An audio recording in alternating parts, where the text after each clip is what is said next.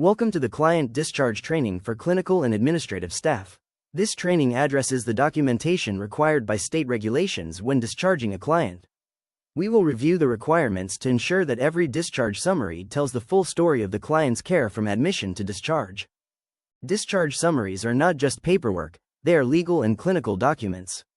They demonstrate continuity of care, support safe transitions, and are heavily scrutinized during New York State Department of Health surveys. A missing or incomplete discharge summary is considered non-compliance, even if care was provided correctly.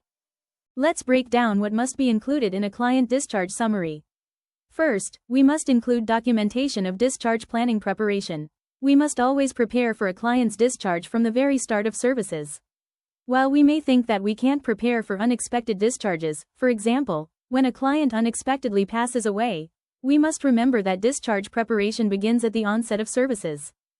We must also notify the client's authorized practitioner of the client's discharge and document the notification on the discharge summary. The reason for discharge and the discharge date must also be documented on each discharge summary. We must also provide a summary of the care we provided and of the client's progress. If the client made no progress or declined while we were providing services, we must still document the lack of progress. We might say, for example, client remained stable or client declined. We are also required to document the client's status upon discharge, including physical status, mental and cognitive status, and functional status, as well as any remaining needs for client care and supportive services. The state also requires us to document the client's or family's ability to self-manage in relation to any remaining problems. And finally, we are required to document recommendations and referrals for any follow-up care, if needed. We have implemented 3 new tools to ensure compliance with the state regulation relating to client discharge. The first is a standardized discharge summary form. This ensures nothing is missed.